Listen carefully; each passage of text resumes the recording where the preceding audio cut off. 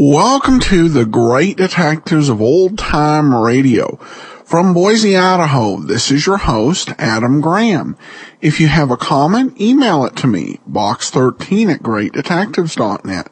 Follow us on Twitter at Radio Detectives and become one of our friends on Facebook, facebook.com/Radio Detectives.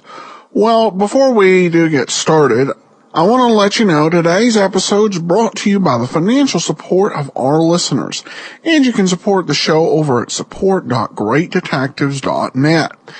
And I also want to remind you that going over at thewar.greatdetectives.net, my World War II old-time radio podcast, we're playing wartime Christmas episodes for the next 3 days, so you can check that out over at thewar.greatdetectives.net.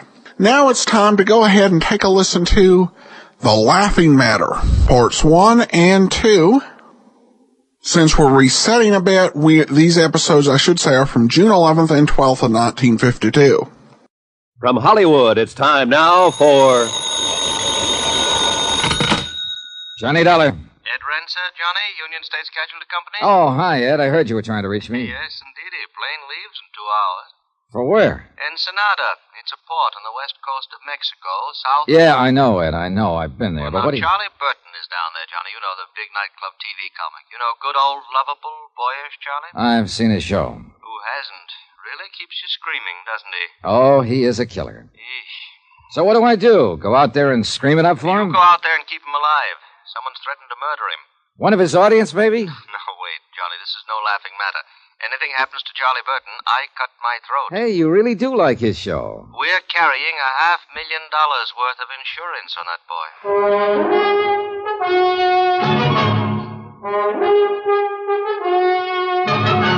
Tonight, and every weekday night, Bob Bailey in the transcribed adventures of the man with the action-packed expense account, America's fabulous freelance insurance investigator. Yours truly, Johnny Dollar.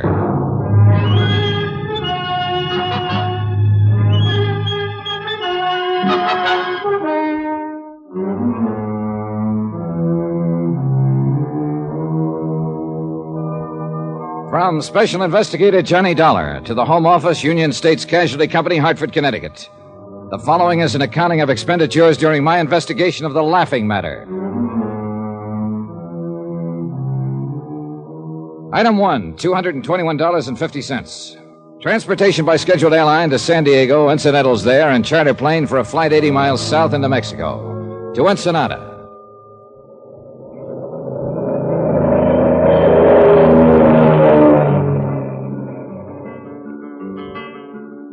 Item 2, $1.90. Taxi from the plowed ground airstrip to the Carrara marble foyer of the Plush Balboa Beach Hotel. The contrast was typical. Ensenada is 2 towns, really. The tourist town is a glittering belt of pseudo-swank resorts around the south end of the bay. Bald-headed men in flowery sports shirts and fat women in shorts, loaded down with cameras, souvenirs, and U.S. dollars. The loafing town. And next to it, the rows of warehouses and docks, the fishing fleets and freezer plants, narrow dirt streets and slums. Soft-eyed Mexicans and the gentle liquid sound of Spanish. Native town, the working town. 2 different ways of life, and no bridge of understanding between.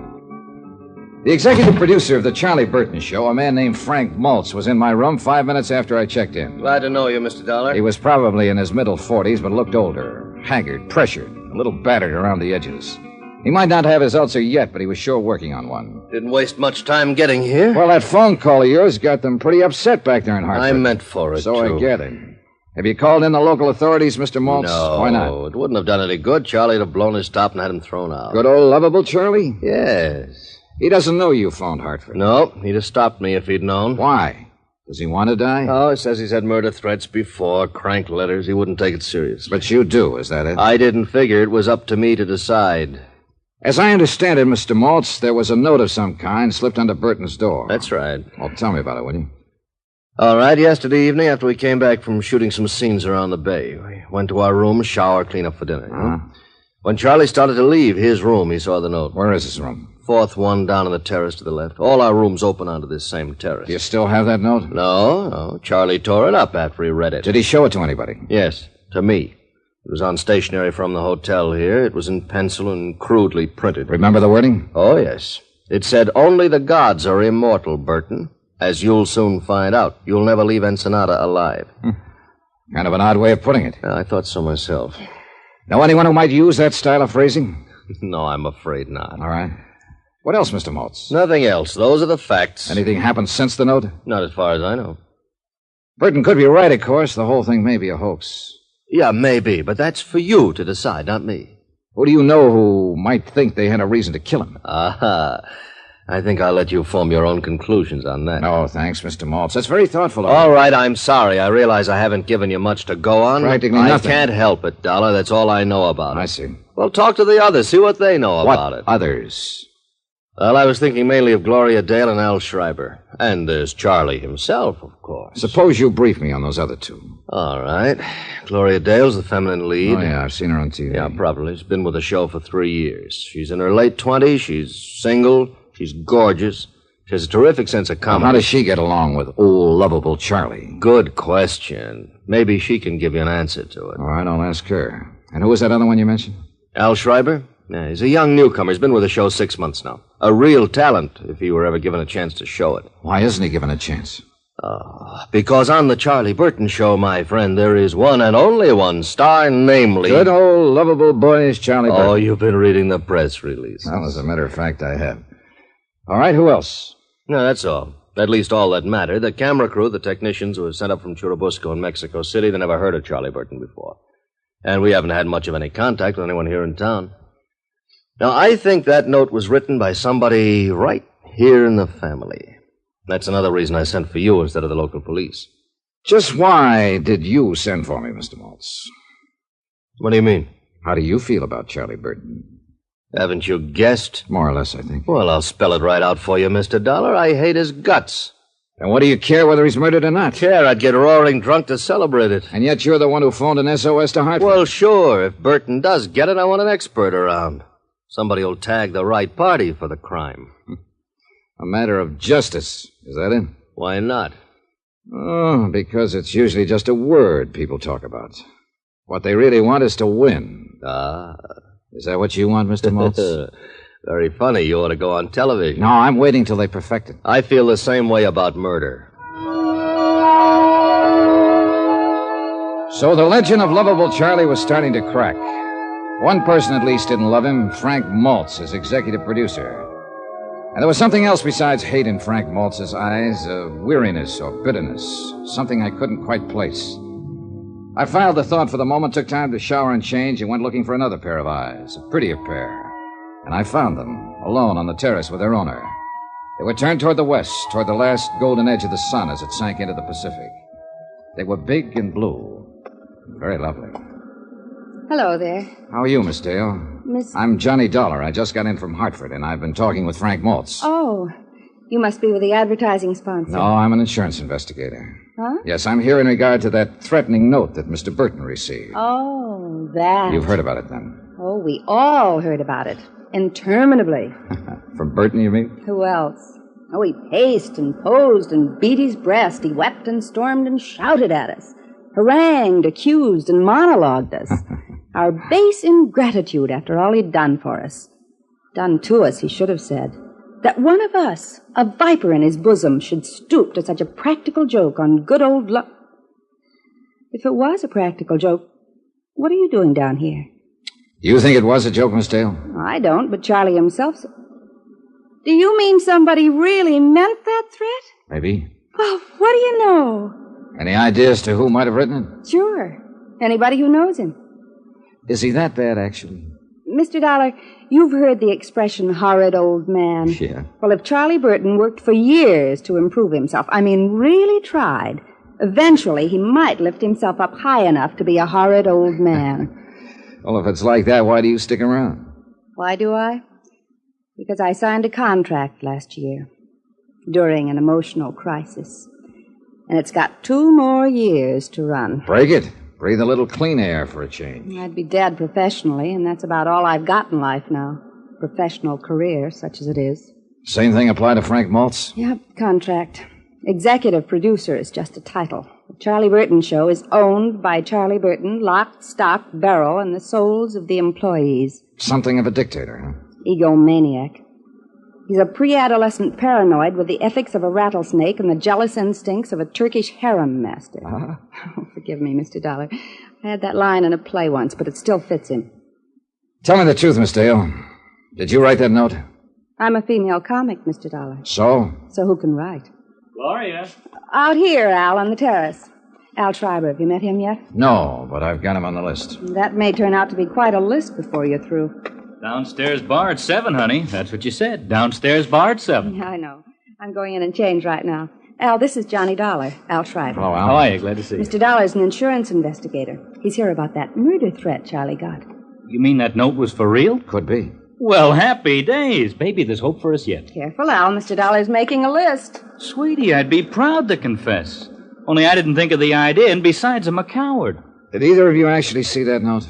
No, but we heard about it. So I understand. How does insurance figure in this? You mean some company actually wrote a policy on that earthworm? To the tune of $500,000. Holy Hannah, who's he worth that much to? His sponsor, the advertising client. I doubt if it's personal, really. They're just protecting their investment in the show. 500,000 fish. For a phony old fake who weighs in at a fast 30 cents. Say, maybe they're out to kill him and make a profit for themselves. Yeah, I'll put them on the list. And I take it you're in the club, too, Al. Club? At least you're not wearing a Love Charlie Burton button. Oh, sir. All I am, ever was, or hope to be in any future life. All I have, ever had, or expect to have at any time, notwithstanding. The foregoing to supersede any previous statement, and irregardless of any utterance made hereafter. I owe in its entirety, and without any reservation whatsoever, to my one and only benefactor. That sterling, magnanimous, warm-hearted, genial. I'll bet you think I'm only saying that because it's in my contract. Did you write the note, Al? I don't know what to say until I check with my writers. Yeah, I have the same problem with my underwriters. Say, that's not bad, Mr. Dollar. You know, you ought to try television. I'm waiting till they perfect it. Item 3, 80 cents, one drink. I had it sent from the bar and sat on the terrace alone and drank it. I watched the sun die in the west and let the soft night creep out of the hills of Mexico and sink down over me in gentle folds. Then I saw a man slip from the shadowed shrubbery and move cautiously up the terrace, a pale ghost dressed in the white cotton of a peon worker. As I came quietly to my feet, a girl ran from inside somewhere, clung to him, and stopped him. They argued fiercely for a moment and guarded Spanish. Then the man turned and saw me and vanished into the darkness of the hotel gardens. The girl faced me for an instant, with eyes like frightened doves. Then she, too, turned and fled. But I'd recognize her. She was the hotel maid who'd brought ice to my room when I first arrived. So it was a lover's meeting, most likely. And yet, the man, before she stopped him, had been heading across the terrace toward Charlie Burton's room.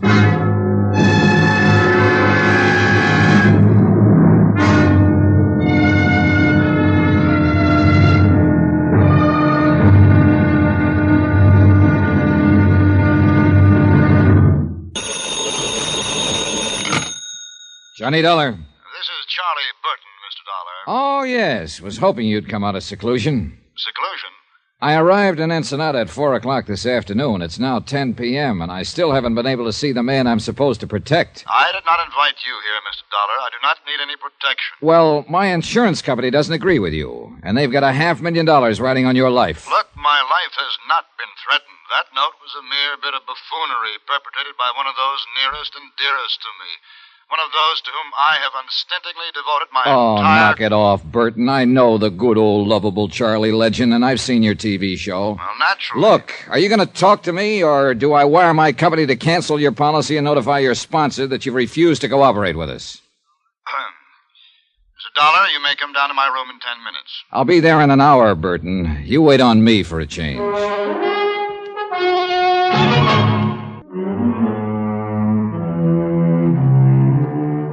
From Special Investigator Johnny Dollar, location Ensenada, Mexico, To the Home Office, Union States Casualty Company, Hartford, Connecticut. Assignment, The Laughing Matter. Expense account continued. Item 5, $1.40. Taxi from the hotel in the village to the Commandancia of Police on Frente Avenue.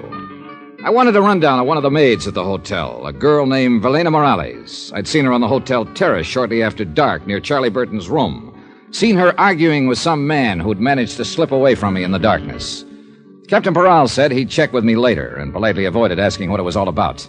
If he had, I couldn't have told him. The Charlie Burton comedy show was on location at Ensenada, Mexico, and Frank Maltz, the producer, had frantically phoned Hartford and claimed Burton's life had been threatened. Burton thought it was a practical joke. Maltz didn't know. Neither did I. But I was there to find out.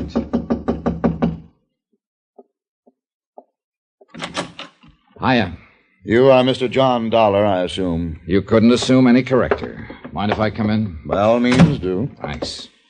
I am Charles Burton, Mr. Dollar. Yeah, I know. I've seen your face in a number of saloons. I beg your pardon? Oh, on their television sets. Oh, yes, of course. Well, sit down, Mr. Dollar. I just did. Yes, so I noticed. And I don't imagine you'll be here long enough for me to have something sent up from there. Oh, I'm sure I will. I'll have scotch on the rocks. Double. I see. Room service, please. This is Mr. Burton in Suite D. Please send up one scotch on the rocks. Double. Make it double. Oh, just a moment, please. By the way, Mr. Dollar, what is your room number? I can't seem to remember it at the moment. Why don't you just charge it to yours and then bill me for it later? If you think you're... Room service, cancel that order. Yes, I said cancel it. I will not tolerate this high-handed attitude from a hireling, sir. But not your hireling, Burton. Now, let's get a few things straight right now. From what I've heard about you up to now, I don't like you. And when I get to know you better, you like it or not. And I certainly do not. And there's nothing you can do about it. Oh. Try throwing your weight around with the insurance company, and they'll cancel your policy. And if that happens, you'll have sponsor trouble right up to your neck. If you think you can I think you're not going to let it happen, Burton. You can't afford to. So cut out the kidding and let's get on with it. You know, I like you, Dollar. You're so uninhibited. I'm going to buy you that... Nope, sorry. Why not? I didn't want it in the first place. It was only a way to get your goat break down that phony guard. But have one yourself, though. Now, drinking is not one of my vices. Oh, so that explains it. Explains what? It wasn't one of Hitler's vices, either. You're so delightfully insulting, you know. One can hardly take offense. Too bad. I'd hoped for better results.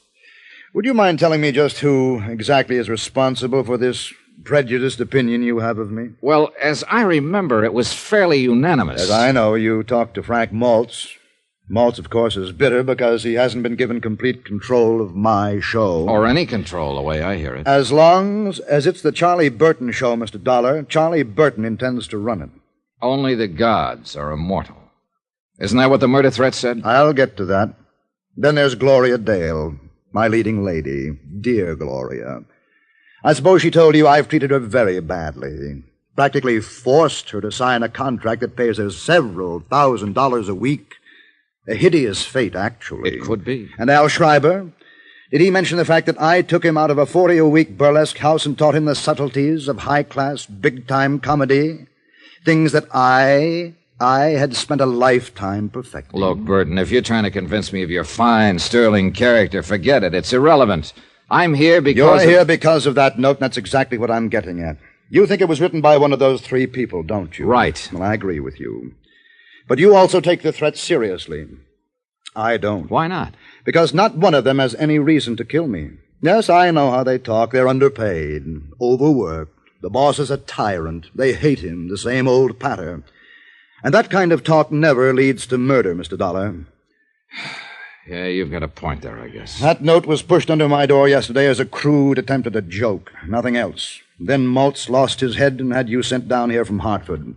And the whole thing has become ridiculous. You may be right. Well... You sure you won't have that drink? No, thanks. Oh, by the way, there's a maid at the hotel here. I believe she works all the rooms along the terrace here. A small girl, very pretty, with short curly hair. Oh, yes, Velena. Well, you've noticed her then? Oh, quite. I find her utterly charming. Would you happen to know whether she's married? I really didn't bother to ask. Does it matter? Not to me, but it might to her husband. You are determined, aren't you? There must be some reason why you're so scared. Scared? You do have a preposterous imagination. Good night, Mr. Dollar. It wasn't my imagination. Burton was scared, or worried, or upset. At any rate, something was bothering him. But at the moment, he was covering up for some reason, and there was nothing more I could do to push him. So I gave up for the time being and went back to my room. But I wasn't ready for sleep, and the terrace outside my windows lying empty in the moonlight seemed inviting. And even more so, the sound of breakers 100 yards beyond. I followed a winding path through the hotel gardens and came out into Sandy Cove.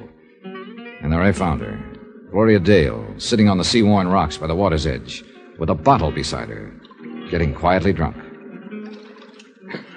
You've discovered my guilty secret, Mr. Dollar, and I've only got one glass.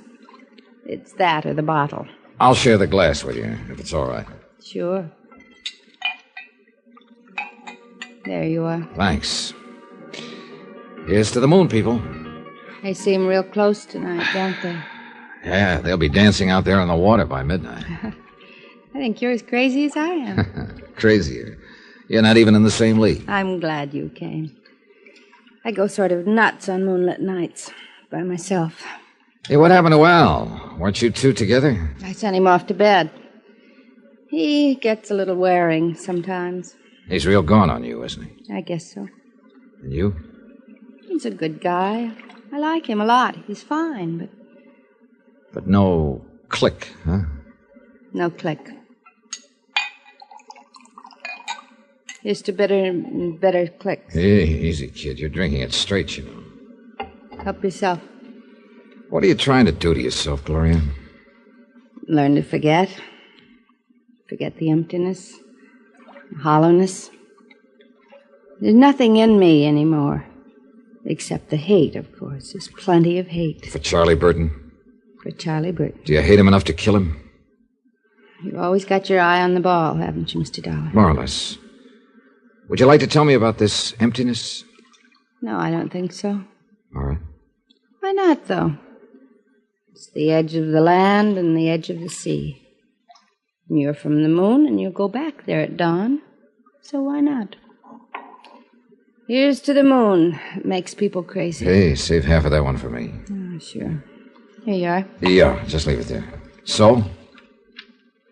Well, a year ago, my contract was up. And I was leaving the show. And I was about to be married. Jerry, his name was. And he's the only man I ever really loved. Uh-huh. Burton was furious. Said I was letting him down. I was ungrateful.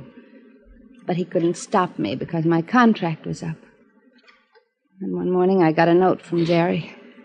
Special delivery. We were through, it said. Why? No explanation. Just a cold, vicious note. That same morning, Jerry left town with a friend. Chartered a plane and went to Canada on a hunting trip. And you didn't find out the reason for it? Later, yes. At the time, I was hurt. I was terribly hurt. I signed a new contract and went on working. Months later, I got the story roundabout. What was it? A private detective, one of the crooked ones, had gone to Jerry with a complete report about me, supposedly. My private life, field reports, affidavits, statements, even photographs. A fake, the whole thing. But it convinced Jerry. You know who was behind it? I can guess. Sure. Good old, lovable Charlie Burton. He wanted to make sure I'd sign that contract. But when you did find out, why didn't you go to Jerry? I wish I could have. That hunting trip, the plane, it crashed. Jerry never came back. He was killed. It's crazy, huh? Oh, no, easy, sweet. Do I hate Charlie Burton enough to kill him? That's what you asked me, wasn't it? Sure, I hate him enough. 1,000 times enough. Only I haven't got the nerve. So what do? I drink. Gloria. The hotel. Help me get back there. Please, Johnny. Will you take me home? Love and hate, and the Black Sea Rocks, and a lunatic's moon at midnight. and no help on this earth for a wounded heart but time itself. A tide was rising now, and rising fast, and hidden by the darkness a wave curled and broke, and time ran out. I lunged out of bed and fumbled in the blackness for my robe and slippers and gun. Yeah, who is it? Charlie Burton. Open up, hurry. Dollar, you've got to protect me. Somebody took a shot at me through my window from the terrace. Oh, it was probably just a crude, practical joke. Joke? Joke? This is no laughing matter. Don't you understand, Dollar? Somebody's out to kill me.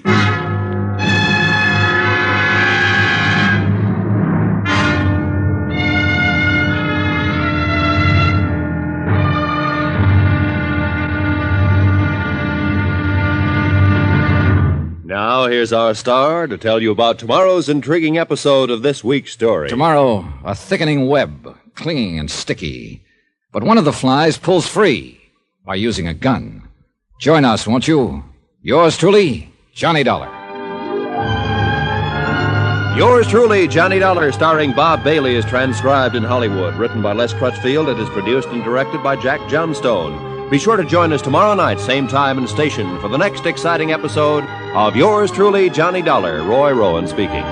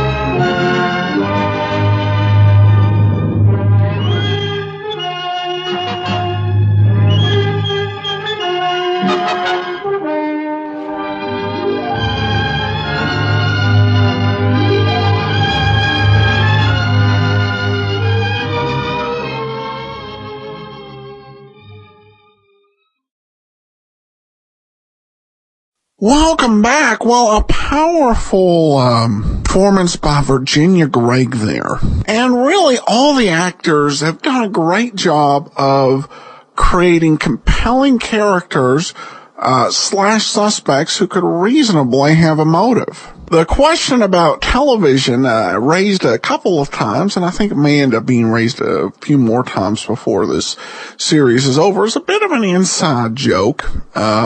Certainly on a radio program as to when it might go to television.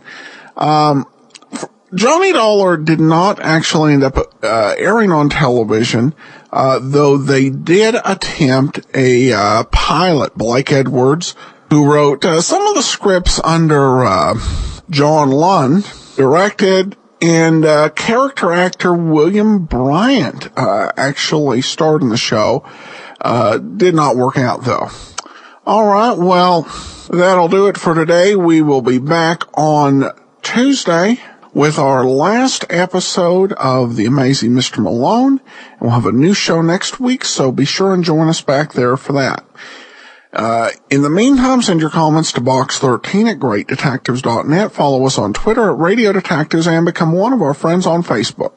Facebook.com/Radio Detectives. From Boise, Idaho, this is your host, Adam Graham, signing off.